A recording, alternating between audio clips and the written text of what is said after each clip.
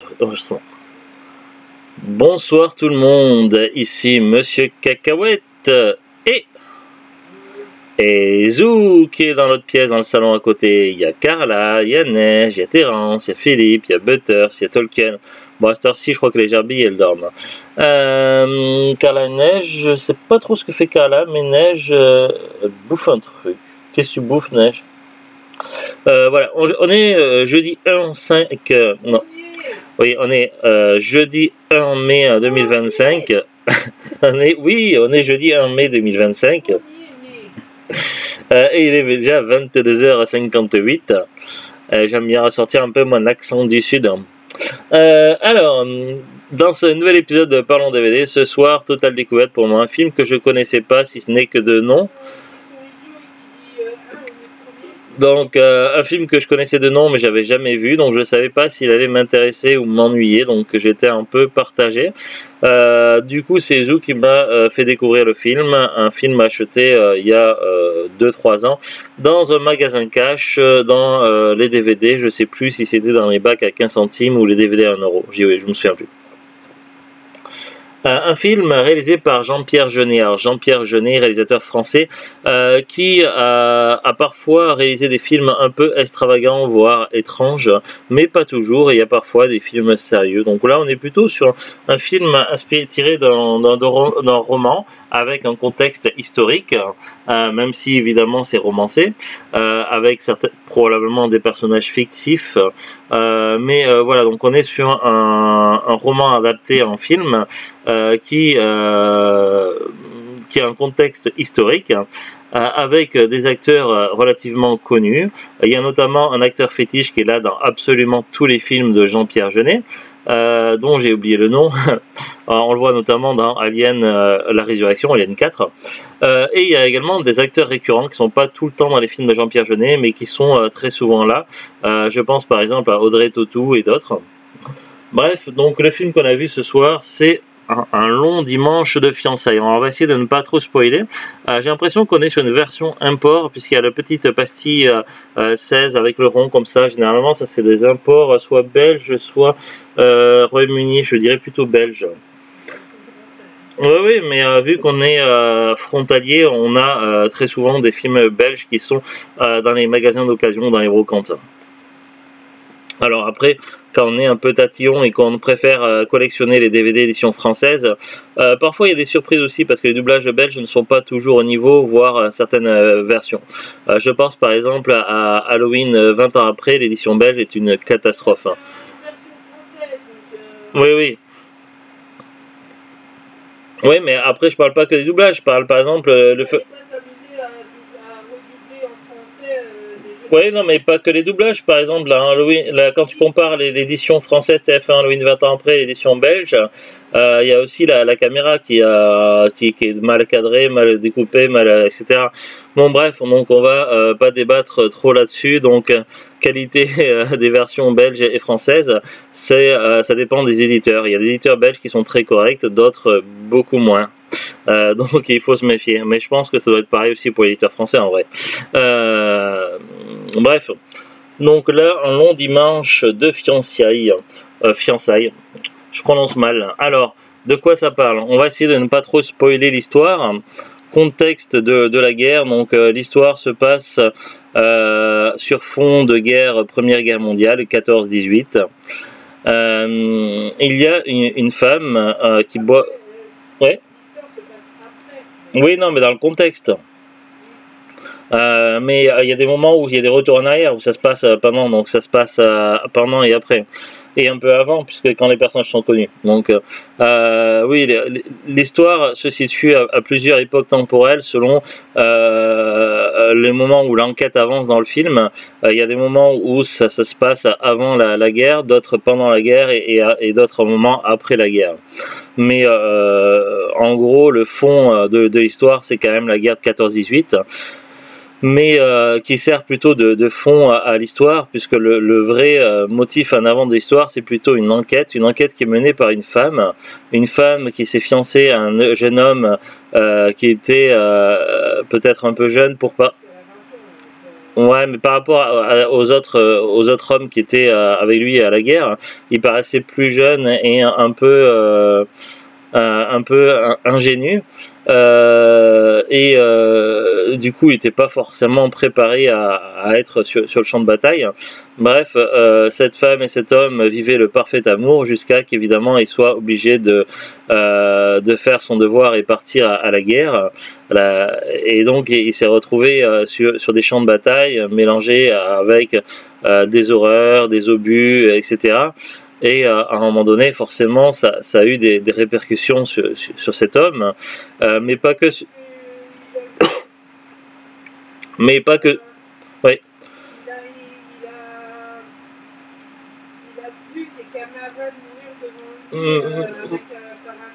Moi, je t'entends, mais tu parles tellement loin que je suis pas sûr que les gens ils t'entendent. Ouais, mais voilà, donc j'essaie de ne pas non plus trop spoiler, mais trop entrer dans les détails. Mais effectivement, cet homme-là, donc qui surnommait le Bleuet par ses compatriotes de régiment, à un moment donné, il est choqué, il est traumatisé par certains événements de la guerre.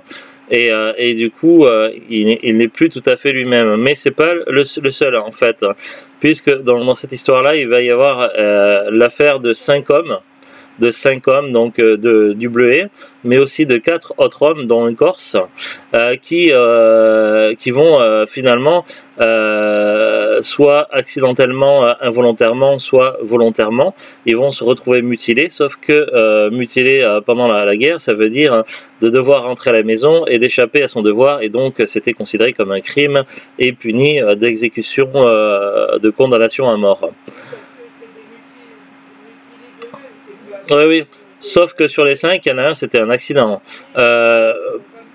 Mais évidemment, il n'a pas été cru. Bref, donc ces 5 hommes qui vont se retrouver condamnés à mort, donc forcément, sinon il n'y a pas d'histoire, donc le Bleuet, le fiancé de la madame, qui va être l'héroïne de l'histoire.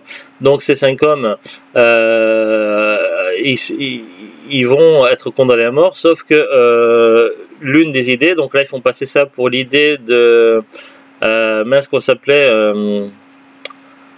qui a dirigé la France, Pétain, voilà. Ils font passer ça dans le film pour une idée du maréchal Pétain, le fait que finalement les condamnés à mort, plutôt que de les exécuter, ils les mettent sur le feu ennemi, c'est-à-dire que il y a des tranchées côté français, des tranchées côté allemand, et une espèce de zone au milieu, un no man's land, où les soldats d'un camp ou de l'autre n'y vont pas parce qu'ils risquent de se faire allumer.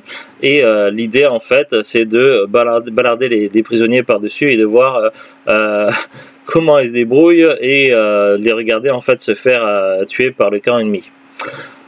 Sauf qu'évidemment c'est très cruel et ça peut durer longtemps sans savoir finalement comment ça va se passer. Et entre-temps, il est possible que parfois que des condamnés à mort soient graciés, sauf que s'ils sont envoyés à la mort, c'est peut-être un peu tard. Bref, donc ces 5 hommes, ça va être expliqué qu'est-ce qui s'est passé et pourquoi ils vont se retrouver dans cette situation. Et puis après, plus de nouvelles. Le souci, c'est que l'un de ces 5 hommes est peut-être le fiancé de la dame. La dame, qui est une jeune femme. Parce que j'ai pas eu le temps de la présenter. Quand j'ai voulu la présenter, tu m'as coupé la parole. Oui, mais tu m'as même pas laissé le temps de la présenter. Mais oui, mais t'as qu'à te taire le temps que je parle. Ben oui, mais laisse-moi la présenter et je pourrai arrêter de dire la dame. Voilà. Donc, la fameuse dame, donc, qui est l'héroïne de l'histoire, elle s'appelle Mathilde. En fait, elle est une des particularités, c'est qu'elle boite, puisqu'elle a souffert de la polio dans sa jeunesse, et ça, c'est pas très, très bien soigné. Et du coup. On va découvrir dans l'histoire comment elle et son fiancé, donc le Bleuet, se sont connus. Et donc c'était un Breton. Comment ils se sont connus et leur parcours. Et finalement, elle a du mal à croire à la mort de son fiancé. Et elle désespère de le retrouver. Ce qui fait qu'à un moment donné, elle va prendre les choses en main et elle va décider de mener l'enquête. Du coup, elle va essayer de retracer le parcours de ces fameux 5 condamnés. Elle va elle va dépenser donc la fortune de son héritage suite au décès de ses parents, donc qu'elle a eu avec les assurances, afin d'engager des personnes pour l'aider dans son enquête. Puis après, elle va voyager à droite, à gauche, elle va partir sur Paris, elle va aller à différents endroits. Et elle va mener son enquête en suivant la piste de ces hommes, voir qu'est-ce qu'ils sont devenus qui ont été leurs proches et qui pourraient avoir des infos. Et au fur et à mesure, elle va grappiller des infos, elle va mener une enquête, elle va récupérer des rapports confidentiels évidemment, elle va essayer de ne pas perdre espoir et de croire toujours en la possibilité qu'il aurait éventuellement survécu et qu'il attendrait quelque part. Donc ça, c'est vraiment le cœur du film et de l'histoire. En parallèle, on va voir évidemment par moment ce qui s'est passé au niveau des autres personnages, et ce qui va nous permettre d'en apprendre plus sur l'histoire et sur le parcours de tout ce qui s'est passé. Et il va y avoir également un autre personnage un peu mystérieux, une jeune femme qui va assassiner des officiers de l'armée de cette époque dans un but très personnel et qui est joué par Marion Cotillard. Évidemment, je ne vais pas rentrer trop dans les détails pour ne pas non plus spoiler cette intrigue. C'est une intrigue secondaire mais qui complète l'histoire. Bref, du coup, cette histoire donc va nous basculer donc à la fois un petit peu au début de la guerre de 14-18, un petit peu avant que ça commence, puis pendant, et puis évidemment après, jusqu'à finalement apporter une conclusion au film. Et voilà, je ne rentre pas plus en détail pour ne pas spoiler. Donc on est sur un film français, réalisé français. Il y a pratiquement que des acteurs français, à part Jodie Foster qui joue le rôle d'une Allemande, je crois. Beaucoup d'acteurs connus, j'ai notamment reconnu Tchéky Karyo, un acteur français que j'aime beaucoup et que j'ai reconnu dans plusieurs films ou séries télé, notamment Kaamelott dans les dernières saisons. Bref, donc voilà, donc un petit film qui m'a surpris. J'ai pas vu le temps passer, donc je me suis pas ennuyé du tout. Déjà, bon, c'est vrai que j'ai pas énormément vu de films sur la Première Guerre mondiale. Généralement, dans les films, on nous présente surtout la Deuxième Guerre mondiale et on voit toujours les aspects héroïques des soldats qui combattent et qui meurent, et on ne voit pas tout le reste. Et en fait, ce film-là, non seulement il a pour thématique la Première Guerre mondiale, mais aussi nous montre le comportement des personnes, ainsi que évidemment des conséquences et tout ce qu'il pouvait y avoir à côté. Donc du coup, j'ai trouvé ce film vraiment très constructif et très intéressant.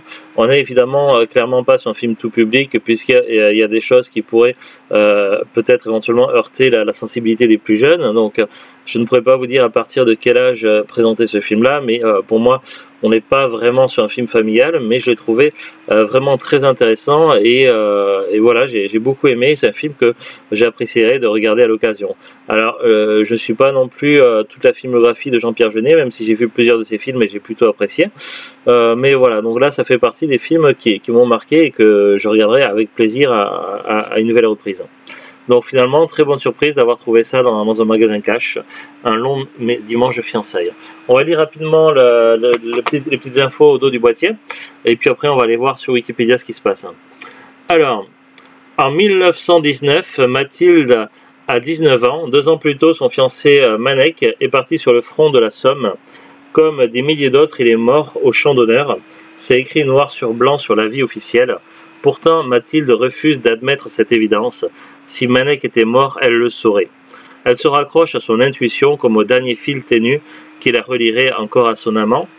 Un ancien sergent a beau lui raconter que Manek est mort sur le No Man's Land d'une tranchée nommée Bingo Crépuscule, en compagnie de 4 autres condamnés à mort pour mutilation volontaire, rien n'y fait. Le chemin est plein d'embûches, ça n'effraie pas Mathilde, tout paraît surmontable à qui veut défier la fatalité. Ce DVD comporte également la bande-annonce française et les commentaires audio du réalisateur Jean-Pierre Jeunet, doublé en français, sous-titré en anglais, et également pour malentendants en français. Durée 129 minutes, genre drame, oui. Alors, bon, maintenant on va aller voir Wikipédia, c'est parti. Un long dimanche de fiançailles, film franco-américain réalisé par Jean-Pierre Jeunet. sorti en 2004. Ce film est l'adaptation cinématographique du roman du même nom de Sébastien Japrisot, nommé dans 12 catégories lors de la 30e cérémonie des Césars en 2005. Le film reçoit 5 Césars, dont celui de la meilleure actrice dans un second rôle pour Marion Cotillard et du meilleur espoir masculin pour Gaspard Ulliel. Il obtient aussi 2 nominations aux Oscars. Alors, la synopsis, on l'a déjà vu. Titre original et québécois, Un long dimanche de fiançailles. Titre anglais, A Very Long Engagement. Réalisateur Jean-Pierre Jeunet. Scénario et adaptation Jean-Pierre Jeunet et Guillaume Laurent, avec les dialogues de Guillaume Laurent d'après le roman éponyme de Sébastien Japrisot. Qu'est-ce qu'on a d'autre comme information intéressante? Société de production France, 2003 production, en coproduction avec Warner Bros France, Tapioca Film et TF1 Film Production, avec la participation de Canal+ et de la région Poitou-Charentes, avec le soutien de la région Île-de-France, la région Bretagne et le CNC. Pour États-Unis, Gerber Pictures. Société de distribution Warner Bros France, Warner Independent Pictures, Warner Bros Belgique, Warner Bros Canada et Warner Bros Suisse. Habituellement, les DVD des débuts des années 2000, Warner Bros était sur boîtier cartonné pour l'édition française, et là on est sur boîtier plastique. Ouais, donc pour moi c'est bien l'édition belge. Ah, c'est précisé dans les petits caractères Benelux. Benelux, donc c'est peut-être pas belge. Si, c'est belge. Ouais. Alors, là ils disent durée 133 minutes, genre drame, guerre, romance, oui. Budget 45 887 769 €. Sortie en France, en Belgique, en Suisse romande le 27 octobre 2004, aux États-Unis le 26 novembre 2004 à Los Angeles et à New York. Ensuite, le 17 décembre 2004 en sortie limitée et après le 14 janvier 2005 en sortie nationale. Au Québec, le 17 décembre 2004. Classifié France tout public avec avertissement, États-Unis interdit au moins de 17 ans, Belgique tout public, Suisse romande interdit au moins de 14 ans, Québec 13 ans et plus. Moi, sur ces restrictions, je serai plus en concordance avec l'avis des Américains, interdit au moins de 17 ans, tout simplement. Bah, moi, je trouve qu'il y a des passages qui peuvent... Il y a... alors... Quelqu'un de 15 ans, il est capable de... Moi, je donne mon avis à moi, parce que... Laisse-moi expliquer. Parce que, évidemment, il y a des choses qui peuvent choquer au niveau de... Alors, attends. Tu me laisses parler, s'il te plaît.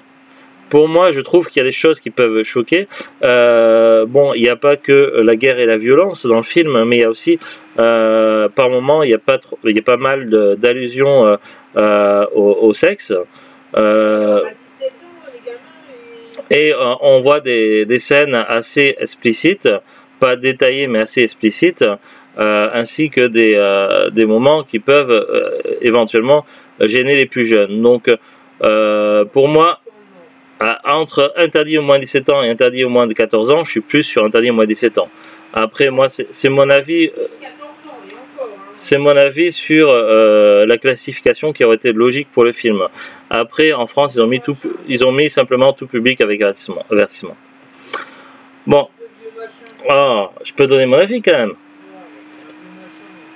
Alors, casting, il y a Audrey Tautou, Gaspard Ulliel, Solène Lepéchon, Virgile Leclerc, Dominique Pinon, Clovis Cornillac, Jérôme Kircher, Chantal Neuwirth, Albert Dupontel, Denis Lavant, François Levental, Jean-Pierre Becker, Dominique Bettenfeld, Jean-Pierre Daroussin, Jodie Foster, Marion Cotillard, André Dussolier, Tiki Olgado, Julie Depardieu, Michel Vuillermoz, Bouli Lanners, Jean-Paul Rouve, Tchéky Cario, Jean-Claude Dreyfus, Michel Robin, Urbain Chancelier, Philippe Duquesne, Thierry Gibaud, Elina Lowelson, Rufus, Maud Reyer, Stéphane Butet, Marc Faure, Rodolphe Poli, Myriam Roustan, Xavier Mali, Sandrine Rigaud, Til...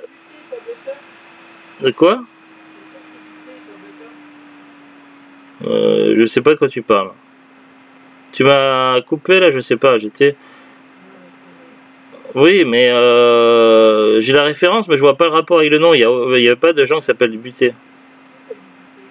Ah, Stéphane Buté. Buté, B-U-T-E-T.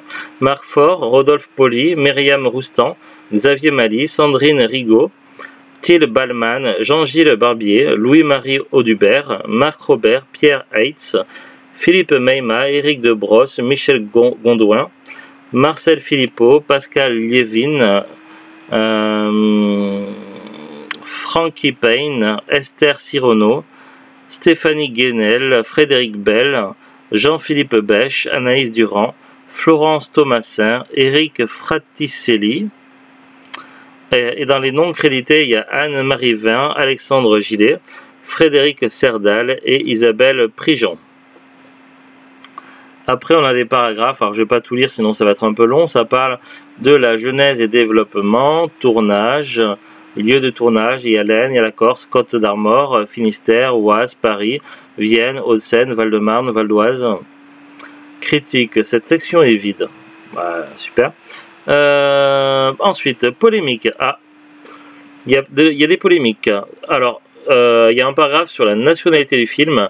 Bien que la majorité des acteurs soient français et l'ensemble des scènes tournées en France, cette coproduction a été jugée étrangère le 26 novembre 2004 en raison de la forte participation de la société américaine Warner Bros.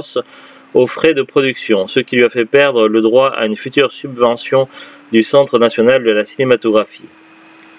Le film participa néanmoins au César du cinéma dans la catégorie générale. Avec un coût de 45 millions d'euros, c'est l'un des films français les plus coûteux jamais produits. Le Conseil d'État a finalement décidé que le film était bel et bien américain et qu'il n'aurait pas de double nationalité, cela malgré la réalisation française et le casting à plus de 98% français. Décision du Conseil d'État 2007 sur 283 319 du 6 juillet 2007. Le producteur délégué du film étant largement contrôlé par la firme Warner, le film n'a donc pas pu être éligible à une subvention de 8 millions d'euros du CNC. Après, il y a une autre polémique, mais cette fois-ci sur le patriotisme des soldats corses. Un des soldats condamnés à mort, Ange Bassignano, a tenté de se rendre aux Allemands en criant « Je ne suis pas français, je suis corse, moi ». Une polémique s'est ensuivie en Corse, d'autant plus que le personnage est veule, lâche et sournois. À l'origine, le soldat devait être marseillais, mais le réalisateur a choisi d'en faire un corse parce que, explique-t-il, il voulait à tout prix filmer la beauté de l'île et non créer une polémique. À la suite de cette affaire, le film a été retiré des salles du cinéma en Corse, dont celle de Propriano. Beaucoup de Corses soldats dans l'armée française sont morts pour la France durant la Première Guerre mondiale. Cette phrase porterait ainsi préjudice à leur mémoire. Effectivement, c'est pas juste. Distinction. Entre 2004 et 2005, un long dimanche de fiançailles a été sélectionné 52 fois dans diverses catégories et a remporté 17 récompenses. Bon, après, ça mentionne les distinctions, les distinctions encore. Analyse. Référence à d'autres œuvres. On retrouve dans ce film de nombreuses sources d'inspiration. La couleur sépia, oui, effectivement, ça je reconnu, de l'image évoque l'atmosphère des albums de bande dessinée de Jacques Tardy. En même temps, dans les films de Jean-Pierre Jeunet, il y a beaucoup de sépia, c'est très souvent. Certaines scènes font allusion au facteur du jour de fête de Jacques Tati et la bande sonore rappelle le thème du film Les Sentiers de la Gloire. Il y a aussi une allusion à un film partageant le même thème, Quand passent les cigognes de Mikhail Kalatozov. Les deux héroïnes attendent la lettre de leur fiancé et se lancent des paris étranges dont l'issue sera, selon elles, décisive pour l'accomplissement de leur espoir, comme atteindre un certain point avant la fin d'un compte à rebours. Autour du film, le film restitue le Paris du début du XXe siècle, notamment en reconstituant des monuments disparus, Palais du Trocadéro, Halles de Paris, Moulins de Montmartre ou transformés, Gare d'Orsay, rue Watt. Le film restitue le bordel militaire de campagne BMC, institution étatique, permettant la rencontre de soldats avec des prostituées dans un cadre réglementé. Le making-of du film Une année au front 74 minutes a obtenu le prix du jury au festival du making-of de Romorantin en 2006. Et voilà pour les informations. Alors, j'ai regardé sur Amazon et j'ai l'impression que le DVD n'est plus commercialisé. Ça va être des vendeurs pros ou des particuliers. Alors du coup, je suis allé voir sur Rakuten un petit peu et les prix sont variables en fonction des éditions. Par exemple, l'édition collector 9, elle est vendue à partir de 73,56 €, ce qui me semble un peu cher, et d'occasion à partir de 2 €. L'édition standard, après, dépend des éditions. Et des fiches, parce qu'il y a plusieurs fiches sur Rakuten. On a surtout des résultats d'occasion et pas neufs, notamment du 4,80 €, 2 €, 7 €, 1 €, 5 €, 13 €, 14 €. Donc les prix sont très variables. Difficile de trouver une cote pour ce film. Apparemment, j'ai l'impression qu'il n'est plus en vente, en tout cas. Ça va être des vendeurs pros ou des particuliers. Je vois qu'il y a une édition qui ressemble beaucoup à celle que l'on a ici en DVD, mais c'est pas tout à fait la même.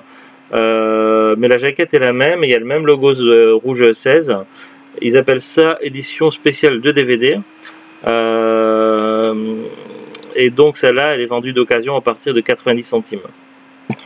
Donc voilà pour les informations. Donc plutôt une bonne surprise. Après, c'est vrai que c'est pas très cool ce qu'ils ont fait pour les Corses, et c'est pas juste. Surtout si le roman faisait état d'un soldat marseillais à la base, ils auraient dû laisser ça tel quel. Après, c'est sûr que ça n'aurait pas non plus plu aux Marseillais, évidemment. Mais en même temps, si c'est un roman, il faut l'adapter comme ça doit l'être, de base. Ouais, d'autres choses à rajouter, Zulut? Bah, pour le respect des Corses, quand même. Parce que, ouais, mais je comprends que pour les Corses, surtout ceux qu'il y a eu des Corses quand même qui sont morts, qui sont battus pour la France, c'est pas très respectueux, donc surtout que ça n'avait pas lieu d'être, donc bon. Mais ça, c'est un autre débat. Allez, à très bientôt tout le monde. Bon fin de jeudi, et puis voilà, il y a encore un jour de travail, et puis après c'est le week-end. Allez, oui, alors je vous laisse voter. C'est pour dire si vous préférez qu'on dise qu'on est le 1er mai ou qu'on est le 1 mai. Moi, je trouve plus drôle de dire qu'on est le 1 mai. Non. Bah, c'est pareil en avril. Moi, je dis aussi qu'on est le 1 avril. À chaque fois, tu dis on est le 1. Oui, le 1 janvier, le 1 février, le 1 mars, le 1 avril, le 1 mai, le 1 juin. Non. Bah, on dit bien le 2. Alors pourquoi pas le 1?